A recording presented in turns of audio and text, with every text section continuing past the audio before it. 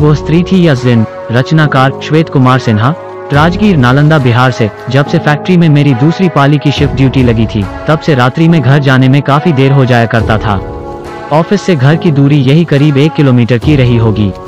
जब तक बहुत जरूरी ना हो, रात में घर आने जाने के क्रम में रास्ते में पड़ने वाली सुनसान और संकरी गलियां, जिनसे होते हुए घर जल्दी पहुंच तो सकता था, पर उन्हें पकड़ना मैं पसंद न करता था, क्योंकि एक तो वहां घात लगाकर बैठे चोर उचक्कों का खतरा रहता, तो दूसरी तरफ कुत्ते बहुत भौंकते थे उधर, जिनसे मुझे बड़ा डर लगता।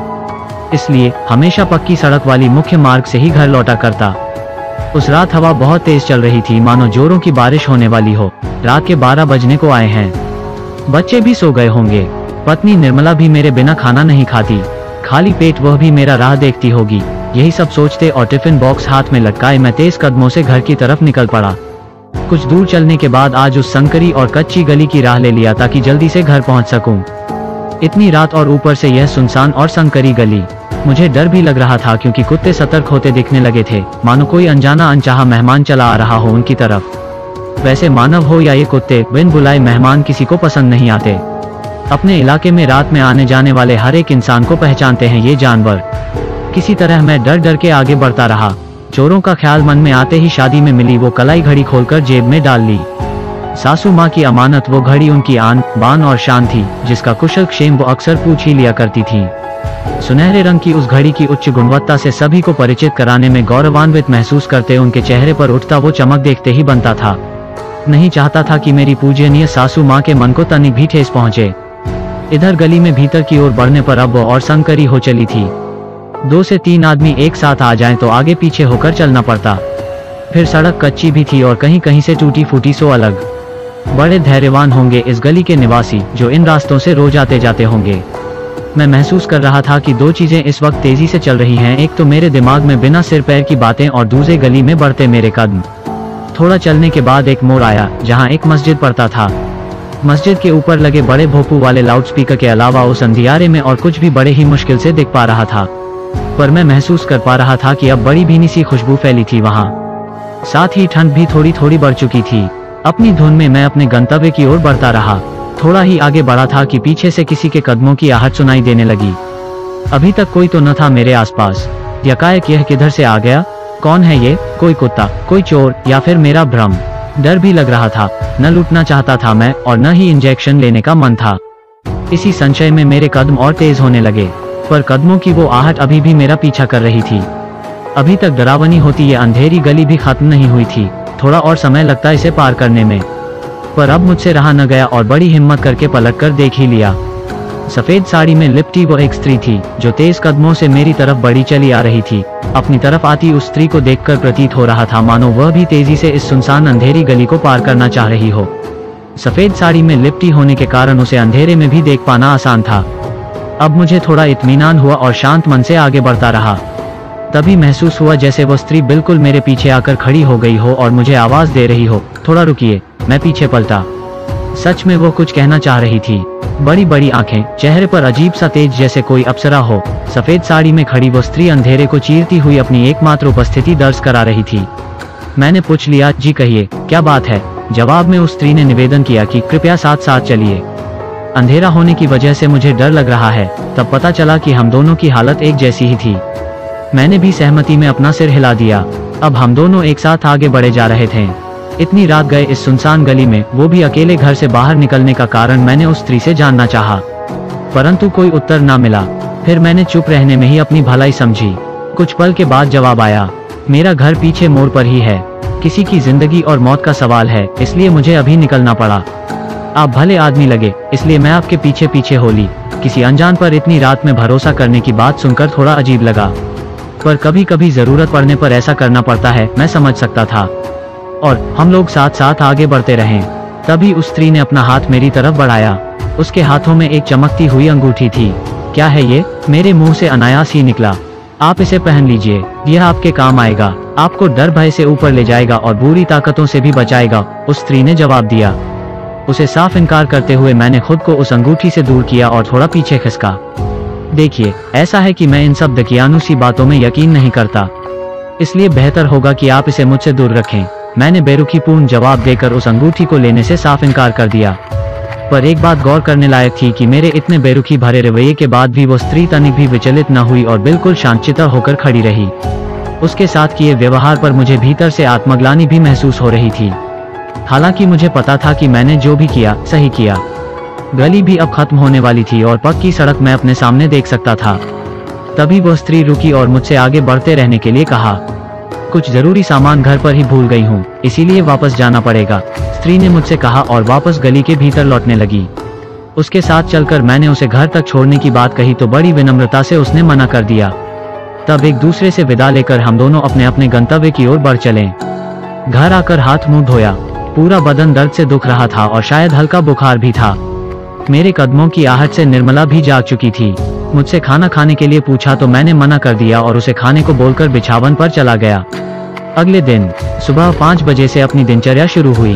तड़के तड़के उठकर सुबह का व्यायाम, नहा धोकर बेटे को स्कूल पहुंचाना, फिर खुद नाश्ता करके फैक्ट्री के लिए निकलना।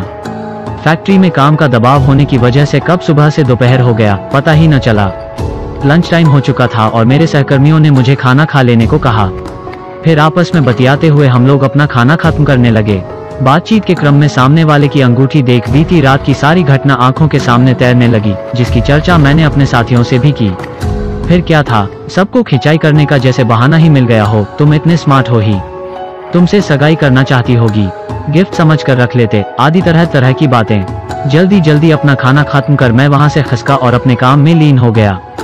पर मन में सहकर्मियों की कही उलझुल बातें चल रही थी। यही नहीं, वो बातें सही प्रतीत होने की गलतफहमी भी हो रही थी कि कहीं सच में मैं उसे पसंद तो नहीं आ गया, इसलिए उसने अपनी अंगूठी मेरे तरफ बढ़ाई होगी। और मैं अपने काम में व्यस्त हो गया। दैनिक उत्पादन का दबाव ज्यादा होने के कारण आज भी रात के 12 बज गए।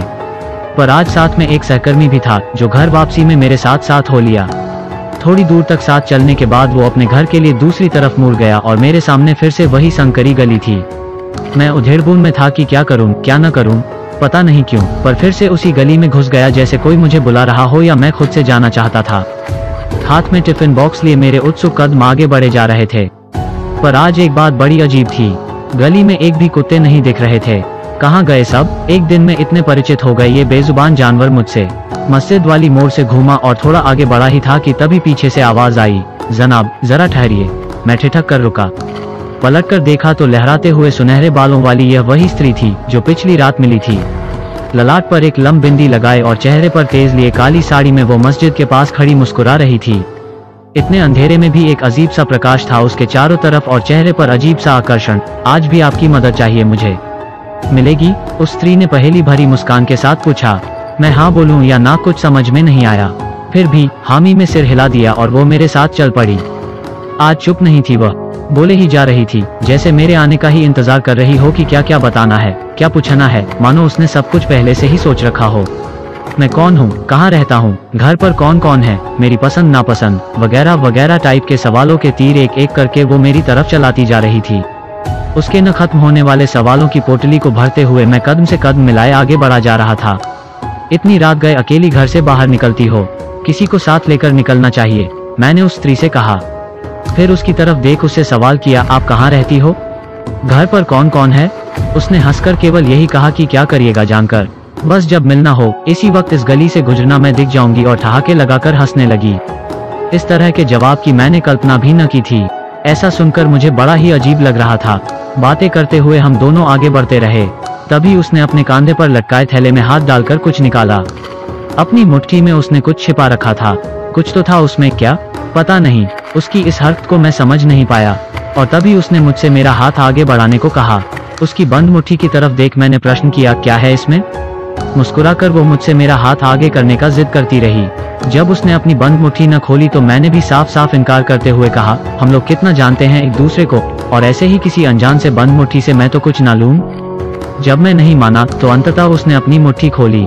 उसकी हथेली में वही चमकती हुई अंगूठी थी जिसे पिछली रात मुझे पहनाने का असफल प्रयास किया था। मैंने उसे समझाया कि अगर आप दिन में यह देती तो मैं शायद लेने के लिए सोचता भी, पर इतनी रात गए और ऊपर से यह अंगूठी देखने में ही बहुत कीमती लगती है, इसलिए आप मुझे माफ करें, मैं इसे बिल्कुल भी नहीं ले सकता। मेरा नाम जवाब सुनकर उस स्त्री की आंखें तंज हो गई। अजीब तरीके से घूरती हुई निगाहों से मेरी तरफ देखते हुए उसने कहा कि मैं आपकी पूरी जिंदगी खुशहाल बनाना चाहती हूँ और आप हो कि अपनी अभावपूर्ण जिंदगी से बाहर निकलना ही नहीं चाह रहे। आप इस अंगूठी को एक बार पहनकर तो देखो, आपको एक नई और बिल्कुल अलग ही दुनिया दिखेगी। सारे दुख तकलीफों से ऊपर, अपनी तीखी होती आवाज से उसने कहा। पर मैं अपनी ही बातों पर अडिग रहा और उसकी एक भी बात सुनने या मानने को तैयार न हुआ। ऐसे करते करते हम दोनों गली के आखिरी छोर पर पहुंच गए।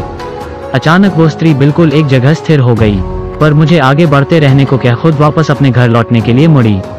क्या हुआ, आप वापस क्यों जा रही हैं? मैंने प्रश्न किया। मेरे प्रश्न का बिना कोई उत्तर दिए वो लौटने लगी। उसका ऐसा रवैया मुझे बड़ा ही विचित्र लगा कि जब उसे कहीं जाना ही न था तो आखिर क्यों न आई मेरे साथ गली के इस छोर तक। हाँ, लौटते वक्त मुझे केवल एक बात कह गई कि जब कभी मिलना हो या यह अंगूठी चाहिए तो इस गली से गुजरना, मैं आपको मिल जाऊंगी। मैं कुछ न बोला और तेजी से उस गली से बाहर निकल मुख्य मार्ग पर आ गया। बाहर स्ट्रीट लाइट की दूधिया रोशनी से समूचा सड़क नहाया हुआ था। रात के सन्नाटे में उस सड़क पर इक्का दुक्का लोग ही आते जाते दिख रहे थे, पर मैं अब थोड़ा राहत महसूस करने लगा था। जो कुछ भी अभी घटित हुआ उसे लेकर मन में 100 सवाल भी उठ रहे थे। उस स्त्री ने ऐसा क्यों किया?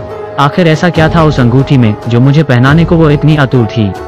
आखिर हर बार वो गली के आखिरी छोर तक आकर वापस क्यों लौट जाती रही? यही सब सोचते विचारते कब घर के दरवाजे पर आ पहुंचा पता ही न चला। पर आज फिर से मुझे तेज बुखार था। निर्मला से दवाई मांगी और खाकर बिछावन पर लेट गया। निर्मला ने खाने के लिए आवाज लगाया तो मैंने मना कर दिया। वो सिराहने आकर बैठी और सिर को छूते हुए मुझसे पूछा, 2 दिनों से आपकी तबीयत ठीक नहीं लग रही, कल चलकर डॉक्टर से दिखा लीजिए। मैंने कुछ कहा तो नहीं, केवल हाँ में सिर हिला दिया। मुझे थका हुआ देख उसने भी मुझसे ज्यादा कुछ न पूछा। अगली सुबह उठा तो मेरा सिर भारी था, इसलिए बिछावन पर ही लेटा रह गया।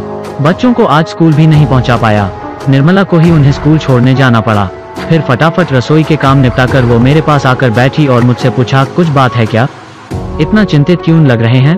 पिछली 2 रातों से आपको परेशान देख रही हूँ। तब मैंने बीते 2 रातों से गली में घट रही सारी घटनाओं के बारे में उसे बताया। मेरी बातें सुन निर्मला गंभीर होती दिखी। फिर अपनी गंभीरता को भीतर ही छिपाते हुए मुझे चिंता न करने को कहा और अपने गृह कार्य में तल्लीन हो गई। मैं भी अपनी आंखें मूंद बिछावन पर ही लेटा रहा। थोड़ी देर बाद निर्मला ने आवाज लगाते हुए कहा, नहा धोकर तैयार हो जाइए, घर पर किसी को बुलाया है। किसे? मेरे पूछने पर उधर से आवाज आई, जब आएंगे तो खुद देख लेना। 1 घंटे बाद दरवाजे पर पुरोहित जी की दस्तक हुई। चरण स्पर्श कर उन्हें आदरपूर्वक घर के भीतर बैठने को आसन दिया। मैंने गौर किया कि पुरोहित जी की नजर मुझ पर ही टिकी थी। वो बड़े ध्यान से मुझे घूर रहे थे। पहले तो निर्मला ने पुरोहित जी को जलपान कराया, फिर मेरी तरफ देख इशारे से उन्हें कुछ बताने की कोशिश की, पर पुरोहित जी ने हाथ दिखाकर निर्मला को शांत रहने का इशारा किया और मेरे सिर पर हाथ रख अपनी आंखें मूंद ली। फिर पिछली 2 रातों से मेरे साथ घटित सारी बातों के बारे में विस्तार से पूछा। मैंने भी बाल के खाल की तह तक जाकर उन्हें सारी बातें बताई। पुरोहित जी के चेहरे पर तनाव मैं साफ साफ देख सकता था। उन्होंने अपने थैले से थोड़ा सा भभूत निकाला और मेरे ललाट पर मल दिया। वहीं बैठी निर्मला यह सब बहुत ध्यान से देख रही थी। तुम्हारी मुलाकात एक जिन से हुई थी, पुरोहित जी ने बताया, जिसके बाद थोड़ी देर तक वहां सन्नाटा पसरा रहा। गली का आखिरी छोर ही उसका अंतिम दायरा था, इसीलिए वो उससे आगे नहीं बढ़ पाए। हवा में फैली वो भीनी खुशबू या अचानक से ठंड का वो एहसास और कुछ नहीं, उस जिन की उपस्थिति का प्रमाण था। अपनी अंगूठी के माध्यम से वो तुम्हें उस पालौकिक दुनिया में लेकर जाना चाहती थी। अगर भूल से भी तुमने वो अंगूठी पहन ली होती तो बड़ा अनिष्ट हो जाता, पुरोहित जी ने गंभीर होते हुए बताया। उनकी बातें सुन मैं भीतर तक कांप उठा था। निर्मला ने मेरा हाथ थामकर मुझे शांत किया। पुरोहित जी ने बताया, अब भयभीत होने वाली कोई बात नहीं, खतरा टल गया है। पर हाँ, एक बात का हमेशा ध्यान रहे कि चाहे कुछ भी हो जाए, रात्रि में भूलकर भी उस गली में कदम मत रखना। अभी तक उस जिन ने तुम्हें अपनी सुंदरता और प्यार के आकर्षण से मात्र अंगूठी के सहारे अपने साथ ले जाने की प्रयास किया। बड़े खुशकिस्मत निकले कि तुम उस गली के आखिरी छोर यानी जहां उसका दायरा खत्म होता है वहां पहुंच गए। इसीलिए वो कुछ न कर पाया और उसे खाली हाथ लौटना पड़ा। पुरोहित जी की बातों पर मैंने उन्हें टोक कर पूछा, पर पुरोहित जी, उस गली में तो इतने सारे लोग रहते हैं, उन सब का क्या? प्रश्न सुनकर पुरोहित जी मुस्कुराए और मेरी तरफ देखते हुए कहा, अच्छा ये बताओ, क्या तुमने उस गली में उस स्त्री के सिवाय किसी इंसान को देखा था? फिर अपने प्रश्न का जवाब खुद ही देते हुए उन्होंने कहा, नहीं न। पता है क्यों? क्योंकि उस गली में रहने वाले लोगों को इस बात की जानकारी पहले से ही है, जिसकी वजह से रात्रि में कोई नहीं निकलता सिवाय कुत्तों के। पुरोहित जी को बीच में ही रोकते हुए मैंने कौतूहलवश उनसे प्रश्न किया, पुरोहित जी, एक बात मुझे बड़ी अजीब लगी। पहले दिन जब मैंने उस गली में प्रवेश किया तो ढेर सारे कुत्ते मुझ पर भौंक रहे थे, पर अगले दिन जब मैं फिर से उस गली में घुसा तो कुत्तों का नामो निशान भी न था। तो क्या वो सब उस स्त्री का भ्रमजाल? कहते कहते मैं चुप हो गया। तुमने सही समझा, वो उस स्त्री यानी जिन का भ्रमजाल ही था। जिन बहुत शक्तिशाली होते हैं। वो किसी पर भी अपना प्रभाव आसानी से छोड़ सकते हैं और बड़ी आसानी से किसी को भी अपने वश में कर सकते हैं। तुम भाग्यशाली हो कि उसके चंगुल से बच निकले, पुरोहित जी ने बताया। और हो सके तो कुछ दिन के लिए अपनी शिफ्ट ड्यूटी सुबह की लगवा लो ताकि शाम होने से पहले ही घर लौट सको, पुरोहित जी ने हिदायत देते हुए कहा। फिर पुरोहित जी ने अपने थैले में हाथ डालकर कुछ निकाला, पर इस बार वो अंगूठी नहीं थी, एक ताबीज थी। उस पर मंत्र फूंककर उन्होंने उसे मेरी तरफ बढ़ाया। इस बार मैंने उन्हें मना नहीं किया, बल्कि अपनी बांह आगे बढ़ा दी। उन्होंने मंत्रोच्चारण के साथ उस ताबीज को मेरी बाजू पर बांधते हुए कहा, इसे हमेशा बांधे रखना, यह तुम्हारी रक्षा करेगा, चाहे कुछ भी हो जाए, उतारना मत। फिर हम पति पत्नी को सदा सुखी रहने का आशीर्वाद देकर पुरोहित जी चले गए। मैं ठहरा पढ़ा लिखा और ऊपर से शहर में रहने वाला इंसान। जिन या भूत प्रेत जैसी बातों पर मैंने आज तक कभी यकीन नहीं किया। जैसा कि मैंने गली में मिली उस स्त्री या तथाकथित जिन को भी बताया था कि किसी भी दकियानुसी बातों पर मैं यकीन नहीं करता। मेरा दिमाग पुरोहित जी के द्वारा कही बातों पर भी प्रश्न चिन्ह खड़ा कर रहा था। पर उस गली में मैंने जो भी अनुभव किया उसे सामान्य भी तो नहीं कहा जा सकता। परिदृश्य को देखने के नजरिया हर किसी का अलग अलग होता है। हर इंसान अपने हिसाब से परिस्थिति का आंकलन करता है। यह जरूरी भी नहीं कि वो आंकलन हर बार सच्चाई से मेल खाता ही हो। अब क्या सच है और क्या झूठ, यह न तो मैं जानता था और न ही पुरोहित जी। यह तो सिर्फ ईश्वर को ही पता था या फिर उस स्त्री को। पर एक बात तो था, पुरोहित जी के तर्क भरे उत्तर से उस गली में घटी सिलसिलेवार घटनाओं और उस स्त्री के बारे में मेरे मन मस्तिष्क में उठते ढेरों सवालों पर अब विराम लग चुका था। हालांकि पुरोहित जी की बातें सुन मैं बहुत डरा हुआ था, जिसकी वजह से भूलकर भी अब उस गली में जाने की मेरी हिम्मत न थी। आज उस घटना के करीब 10 साल होने को हैं। उस गली के पास से मैं अनेकों बार गुजरता हूँ, पर आज भी भीतर जाने की हिम्मत नहीं होती। मन मस्तिष्क में बस यही एक सवाल घूमता है कि सच में वो स्त्री थी या जिन। समाप्त।